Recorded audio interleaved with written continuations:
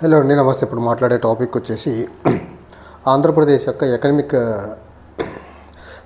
Economic status ఎలా ఉంది అనే దాని మీద ఒక మంచి ఆర్టికల్ వచ్చింది. అండ్ ఎన్నికలకు ముందు చంద్రబాబు నాయుడు గారు చెప్పినటువంటి మాట, జగన్మోహన్ రెడ్డి గారు వెల్ఫేర్ని టార్గెట్ చేసుకుంటా బట్టలు నొక్కడమే పెద్ద పని అనుకుంటే ఇంట్లో కూర్చున్న ముస్లమ్మ కూడా బట్టలు నొక్కుద్దని చెప్పే ప్రయత్నం చేశారు. బట్ నేను అలాంటి ముఖ్యమంత్రిని కాదు, నేను వస్తే సంపద సృష్టితే అది పేదలకు పంచుతానని చెప్పే ప్రయత్నం చేశారు. కానీ గడిచినటువంటి 9 నెలల కాలంలో కూటమి ప్రభుత్వం చేసినటువంటి అప్పులు అక్షరాల దగ్గరగా ఎన్నో 70 లక్షల పైచీలు కోట్ల రూపాయలు.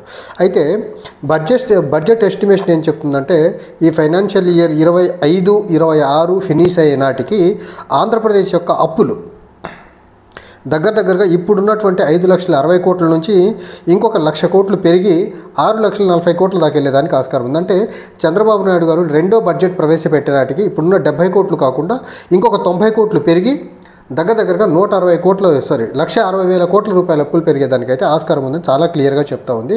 అయితే ఇక్కడ చాలా ప్రధానంగా మనం చూడాల్సింది ఏంటంటే, ఆంధ్రప్రదేశ్ యొక్క స్టేట్ ఎకనామిక్ స్టేటస్ గురించి మాట్లాడాల్సి వస్తే పబ్లిక్ డెట్ అనేది చాలా అమాంతంగా పెరిగిపోయింది. గత 9 నెలల కాలంలోనే పబ్లిక్ డెట్ దగ్గరగా 1,02 కోట్ల రూపాయలు 2 లక్షల కోట్ల రూపాయలు అప్పు చేసేదానికి ఈ ఫైనాన్షియల్ ఇయర్లో 2023-24 నుంచి 24-25 అంటే జగన్మోహన్ రెడ్డి గారు ముఖ్యమంత్రిగా దిగిపోయిన దగ్గర నుంచి మళ్ళీ మన ఫుల్ లెంత్ బడ్జెట్ ప్రవేశపెట్టే వరకు ఆంధ్రప్రదేశ్ కూటమి ప్రభుత్వం చేసినటువంటి అప్పు. ఇందులో మనం ప్రధానంగా చూసుకున్నట్లయితే ఆంధ్రప్రదేశ్ ప్రభుత్వము అంతకు ముందు కంటే కూడా దగ్గరగా సంవత్సరానికి ఒక నెలకు వచ్చేసి 25,000 కోట్ల రూపాయలు అప్పు ఎక్కువ ప్రతి నెల చేసుకుంటూ వెళ్తుందనేది మాత్రం చాలా క్లియర్గా అయితే చెప్తా ఉంది. అండ్ ఇక్కడ మనం చూడాల్సింది ఏంటంటే, ఈ రకంగా అప్పులు చేసుకుంటూ చంద్రబాబు నాయుడు గారు వెల్ఫేర్ ఏమైనా చేస్తున్నారా, ఆయన ఇచ్చినటువంటి సూపర్ 6 గ్యారెంటీలు ఇంప్లిమెంట్ చేస్తున్నారంటే అది లేదు. పోనీ ఇన్ఫ్రాస్ట్రక్చర్ క్రియేషన్ ఏమైనా చేస్తున్నాడంటే అది లేదు. ఈ డబ్బంతా ఎట్టిపోతుంది అనేది మాత్రం పెద్ద $1 billion question. And Andhra Pradesh economic status గురించి బయట ఎన్ని రకాలుగా రిపోర్ట్స్ వస్తున్నప్పటికీ ఆంధ్రప్రదేశ్లో ప్రభుత్వంలో భాగస్వామిగా ఉన్నటువంటి బీజేపీ ఏం మాట్లాడదు, అండ్ ప్రభుత్వంలో భాగస్వామిగా ఉప ముఖ్యమంత్రిగా ఉన్నటువంటి పవన్ కళ్యాణ్ గారు కూడా ఏం మాట్లాడే పని చేయట్లేదు. అండ్ వీళ్ళిద్దరు, నాకు తెలిసి చంద్రబాబు నాయుడు గారు పవన్ కళ్యాణ్ గారు ఇద్దరు కలిసి కూర్చొని మాట్లాడుకుని ఆంధ్రప్రదేశ్ని ఖచ్చితంగా అప్పుల గురించి బయటికి బహిర్గతం చేయకుండా వీళ్ళు ప్రజల దగ్గర నిజాలు దాస్తున్నారని మాత్రం చాలా క్లియర్గా అర్థమవుతుంది. అండ్ మనం ఇంకో ఆస్పెక్ట్ కూడా చూసుకున్నట్లయితే, ఓ పక్క ఆంధ్రప్రదేశ్ రాష్ట్రం యొక్క అప్పులు పెరుగుతూ ఉన్నాయి, ఇంకో పక్క 6 గ్యారెంటీలు ఇంప్లిమెంట్ చేయట్లేదు. సో చంద్రబాబు నాయుడు గారు ఏం చేసినా చాలా తెలివిగా చేసే ప్రయత్నం చేస్తున్నారు. ఇక్కడ అప్పుల గురించేమో ఎలక్షన్ ర్యాలీలో జగన్మోహన్ రెడ్డి గారి ప్రభుత్వం చేసినటువంటి అప్పు దగ్గరగా 14 లక్షల కోట్ల రూపాయలు అన్నారు. కానీ బడ్జెట్లో అది చూపించింది ఎంత అంటే 4.91 లక్షల కోట్ల రూపాయలు. సో ఈయన చెప్పిన 14 లక్షల కోట్లు ఎక్కడ, ఇక్కడ 4.19 దగ్గరగా 5 లక్షల కోట్లు ఎక్కడ.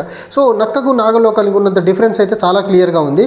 అండ్ చంద్రబాబు నాయుడు గారు పబ్లిక్ మీటింగ్లో మాట్లాడేటప్పుడు చెప్పే లెక్కలకను అండ్ ఆంధ్రప్రదేశ్ అఫీషియల్గా డాక్యుమెంట్స్ బడ్జెట్ అవ్వనివ్వండి, ఎకనామిక్ సర్వే అవ్వనివ్వండి, అవి చెప్పే లెక్కలు చాలా క్లియర్ కాంట్రాస్టింగ్ అయితే ఉన్నాయి. ఈ విషయంలో పవన్ కళ్యాణ్ గారు చంద్రబాబు నాయుడు గారు ఇద్దరు తోడు దొంగల్లా కలిసి ఆంధ్రప్రదేశ్ అప్పుల గురించి బయటికి అబద్ధాలు చెప్పి లోపల తక్కువ అప్పు ఉంది అది చూపించే ప్రయత్నం చేయరు. కానీ వీళ్ళు చేసే అప్పు పెరుగుకుంటా పోతుంది, కానీ బయటికి చెప్పేదంతా అది జగన్మోహన్ రెడ్డి గారి ఖాతాలో వేసే ప్రయత్నం అయితే చేస్తున్నారు. అండ్ ఇక్కడ మనం ఇంకోటి చూడాల్సింది ఏంటంటే, బడ్జెట్ డాక్యుమెంట్ ప్రకారం దగ్గరగా 18% గవర్నమెంట్ ఎక్స్పెండిచర్ కంప్లీట్గా చంద్రబాబు నాయుడు గారు చేసిన అప్పుల మీద, చంద్రబాబు నాయుడు గారు తీసుకొస్తున్న అప్పుల మీద ప్రిన్సిపల్స్ కట్టేదానికే పూర్తయిపోతుంది. అండ్ గవర్నమెంట్ దగ్గరగా 44,000 కోట్ల రూపాయలు ప్రతి నెల అప్పులు as well as principal amount కట్టేదానికి చాలా పెద్ద మొత్తంలో ఖర్చు చేసుకుంటూ వెళ్తున్నారు. ఇక్కడ ఓవరాల్గా మనం చూడాల్సింది ఏంటంటే, ఈ చేసినటువంటి డబ్బు ఎటుపోతుందో చంద్రబాబు నాయుడు గారికి ఎవరికి లెక్కపత్రం చెప్పేదానికి ఆస్కారం అయితే కనపడట్లేదు. అండ్ మనం బడ్జెట్లో అలొకేషన్స్ పరంగా చూసుకున్నట్లయితే చంద్రబాబు నాయుడు గారి ప్రభుత్వానికి సంబంధించినటువంటి గవర్నమెంట్ స్పెండింగ్ వెల్ఫేర్ మీద 18% చెప్పారు వీళ్ళు, అండ్ 11% ఎడ్యుకేషన్ మీద అని చెప్పారు, అండ్ 6% హెల్త్ మీద అని చెప్పే ప్రయత్నం చేశారు. అండ్ ఈ హెల్త్ పరంగా చూసుకున్నట్లయితే అందులో ఆరోగ్యశ్రీ స్కీమ్ ఉండేదానికి ఆస్కారం ఉంది. అండ్ ఎడ్యుకేషన్ పరంగా చూసుకుంటే అందులో తల్లికి వందనం ఉండేదానికి ఆస్కారం ఉంది. కానీ తల్లికి వందనానికి అసలు డబ్బులు గత ఈ క్యాలెండర్ ఇయర్కి అయితే డబ్బులు అయితే ప్రకటించలేదు. వచ్చే సంవత్సరం నుంచి ఇస్తామంటున్నారు. ఎలా ఇస్తారో మొడాలిటీస్ ఏంటో ఎవరికి చెప్పే ప్రయత్నం అయితే చేయలేదు. అండ్ అన్నదాత సుఖీభవ గురించి కూడా చాలా క్లియర్గా దగ్గరగా 9,000 కోట్ల రూపాయలు 6,300 కోట్ల రూపాయలు అన్నదాత సుఖీభావకు అయితే బడ్జెట్లో ప్రకటించారు. తల్లికి వందనం కింద 9,400 కోట్ల రూపాయలు ప్రకటించే ప్రయత్నం చేశారు. సో ఈ డబ్బంతా కలుపుకొని ఈ వెల్ఫేర్లో దగ్గరగా 18% అని చెప్పే ప్రయత్నం అయితే చేస్తున్నారు. ఒకటి మాత్రం చాలా క్లియర్, ఆంధ్రప్రదేశ్ చంద్రబాబు నాయుడు గారు ఎన్నికలప్పుడు చెప్పినట్లు సంపద సృష్టించి నేను పేదలకు పంచుతానని ఏదైతే చెప్పారో అది జరగకుండా కంప్లీట్గా అప్పులు చేసుకుంటూ వెళ్తున్నారు. ఆ అప్పులు కూడా మళ్ళీ అమరావతి అప్పులు ఇందులో ఈ లెక్కలోకి రాదు. చంద్రబాబు నాయుడు గారు చేసిన ఈ 9 నెలల్లో చేసినటువంటి దగ్గరగా 1,04,000 కోట్ల రూపాయల అప్పు ఏదైతే ఉందో ఇది అమరావతి అప్పులు కాకుండా చెప్తున్నటువంటి అప్పులు. ఇందులో చంద్రబాబు నాయుడు గారు చాలా క్లియర్గా ఈ డబ్బు ఎక్కడ స్పెండ్ చేస్తున్నారు, ఏం చేస్తున్నారు ఎవరికి చెప్పట్ల. 6 గ్యారెంటీలు ఇంప్లిమెంటేషన్ లేదు. అండ్ జగన్మోహన్ రెడ్డి గారి టైంలో ఫైనాన్షియల్గా వెల్ఫేర్ ఎక్కువ చేస్తే ఆంధ్రప్రదేశ్ ఒక శ్రీలంకగా మారుద్దని చెప్పారు. ఈయన అంతకు మించి ఎక్కువ హామీలు ఇచ్చే ప్రయత్నం చేశాడు. ఆ హామీలు ఇచ్చి ఇంప్లిమెంట్ చేయట్లేదు. ఇంప్లిమెంట్ చేస్తే ఇప్పుడున్న దయనీయమైన రాష్ట్రం యొక్క ఆర్థిక పరిస్థితి కంటే ఇంకా దయనీయమైన స్థితికి వెళ్ళేదానికి ఆస్కారం ఉంది. అప్పుడు ఆంధ్రప్రదేశ్ శ్రీలంకలా మారదా అనేది పెద్ద $1 బిలియన్ క్వశ్చన్. అండి ఆంధ్రప్రదేశ్ ప్రభుత్వం ప్రస్తుతానికి వీళ్ళు ఎక్స్పెండిచర్ని తగ్గించి గ్రోత్ని ప్రమోట్ చేసేదానికి ఏమైనా చర్యలు తీసుకుంటున్నారో అది కూడా లేదు. ఎందుకంటే వెల్ఫేర్ పరంగా వీళ్ళు చెప్తున్నటువంటి 6 గ్యారెంటీల్లో ఒక గ్యారెంటీ ఇంప్లిమెంట్ అవుతుంది. ఒక గ్యారెంటీ ఇంప్లిమెంట్ అవునప్పుడు గవర్నమెంట్ ఖజానా దగ్గర డబ్బులు ఎక్కువ ఉండాలి కదా. ఆ డబ్బు అప్పు చేసిన డబ్బు ఎటు వెళ్తుందో తెలియదు. ఇంకో పక్క ఆంధ్రప్రదేశ్లో వెల్ఫేర్ లేదు. ఆ వెల్ఫేర్ చెయ్యని డబ్బు కూడా ఆంధ్రప్రదేశ్ ఖజానా దగ్గర ఉండాలి. ఆ డబ్బు కూడా ఎక్కడుందో తెలియదు.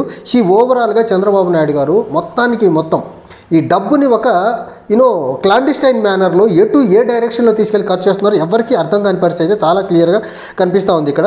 ఇంకోటి మనం చూసుకున్నట్లయితే ఈ ఎక్స్పర్ట్ చెప్పినటువంటి ఆర్టికల్ ప్రకారం మనం చూసుకున్నట్లయితే గవర్నమెంట్ ఆంధ్రప్రదేశ్ అప్పుల ఊబి నుంచి బయటపడాలి అంటే, లేకపోతే రీజనబుల్ మేనర్లో ఆంధ్రప్రదేశ్ ఖజానా మెయింటైన్ చేయాలంటే చంద్రబాబు నాయుడు గారు ఎన్నికల్లో చెప్పినట్టు ఆయనకు నిజంగా చేతనైతే ఆయన ఫస్ట్ చేయాల్సినటువంటి పని ఏంటంటే ఫస్ట్ ఆంధ్రప్రదేశ్ యొక్క స్టేట్ రెవెన్యూని ఎలా పెంచాలి అనేది ఒకటి ఆలోచించాలైనా.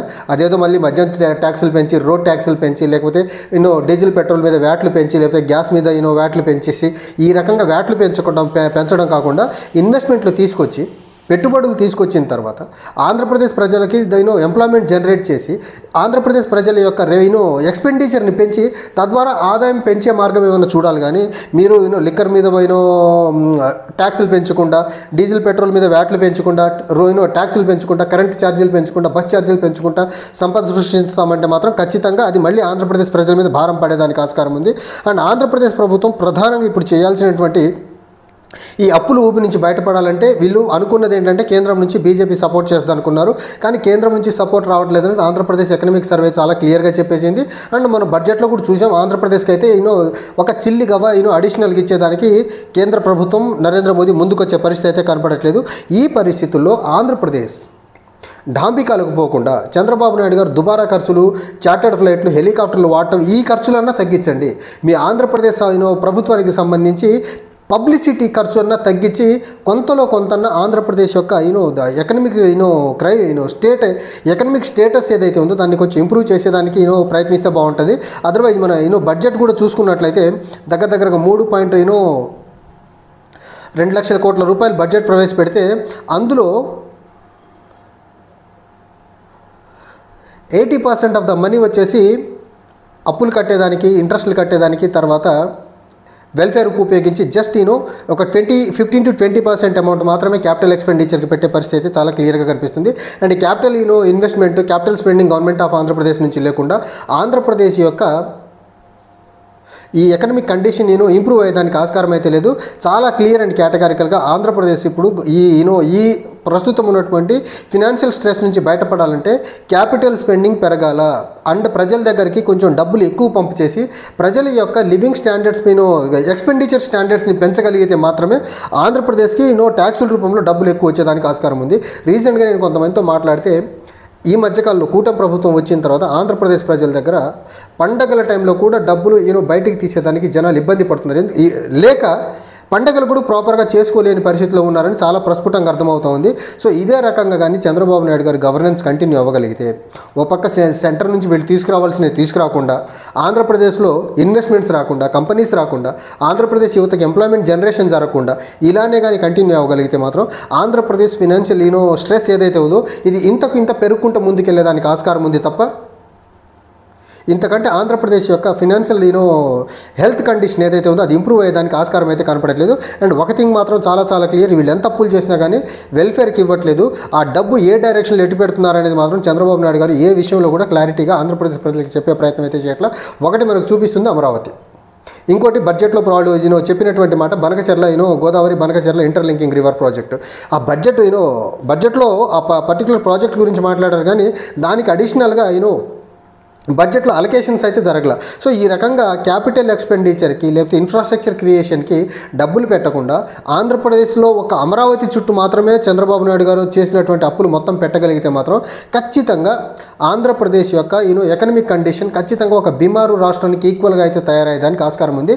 అండ్ చంద్రబాబు నాయుడు గారు ఏదైతే ఆయన ఎప్పుడు అబద్ధాలు చెప్తూ ఉంటారో, లైక్ జగన్మోహన్ రెడ్డి గారి టెన్యూర్లో 14 లక్షల కోట్ల రూపాయలు అప్పయిందనేసి బయట పబ్లిక్ మీటింగుల్లో చెప్పి, అండ్ గవర్నమెంట్ డాక్యుమెంట్స్ బడ్జెట్లో ఉన్నటువంటి ఎకనమిక్ సర్వేలో మాత్రం చెప్పేది 4.9 lakh crore రూపీస్ ఏదైతే చెప్తున్నారో 5 లక్షల కోట్లు వేసుకుందాం, 5 లక్షల కోట్ల రూపాయల అప్పుని 14 లక్షల కోట్ల రూపాయలని అబద్ధాలు ఎలా చెప్పించి ప్రజలను నమ్మించే ప్రయత్నం చేస్తున్నారు. సేమ్ ఆయన చేసే అప్పులు కూడా తక్కువ చూపించి ఓవరాల్గా మొత్తం అది జగన్మోహన్ రెడ్డి గారి టెన్యూర్లో జరిగిన అప్పులా చూపించే ప్రయత్నం మాత్రం చాలా క్లియర్గా చేస్తున్నారు. అండ్ చంద్రబాబు నాయుడు గారు ఈ పాలసీల పరంగా చూసుకుంటే ఆంధ్రప్రదేశ్ మాత్రం ఖచ్చితంగా ఒక ఆర్థికంగా దివాలా డైరెక్షన్లో మాత్రం వెళ్ళేదానికైతే చాలా క్లియర్ ఇండికేషన్స్ అయితే కనిపిస్తున్నాయి. Thank you.